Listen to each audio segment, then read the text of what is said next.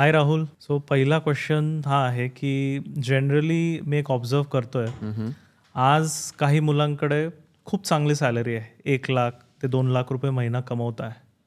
But महिन्याअखेरीस तोच परत problem होतोय, जे पैसेच कुठं जातात ते कळत नाहीये. तर मनी मॅनेजमेंटमध्ये लोक कुठं चुकत आहे? पैसे तर कमवत आहे, पण पैसे कुठं जात आहे हेच कळत नाहीये लोकांना. ओके. एस्पेशली ना आफ्टर कोविड मी असं बघितलंय की मी जेव्हा लोकांना सांगतो की तुम्ही स्पेंडिंगवर थोडासा टाळा आणा, तर लोक काय म्हणतात, अरे कोविड नंतर मी वाचलोय, पुढे कोणी बघितलंय, मी आजच जगून घेणार आहे. मी अशा लोकांना ना नेहमी एक उदाहरण देतो, the earlier you start the early you become financially free. जेवढं लवकर तुम्ही चालू करता सेव्हिंग, तेवढं लवकर तुम्ही फायनान्शियली फ्री होता. अज्युमिंग की मी 25 year old आहे, मला आज 50,000 रुपये पगार आहे.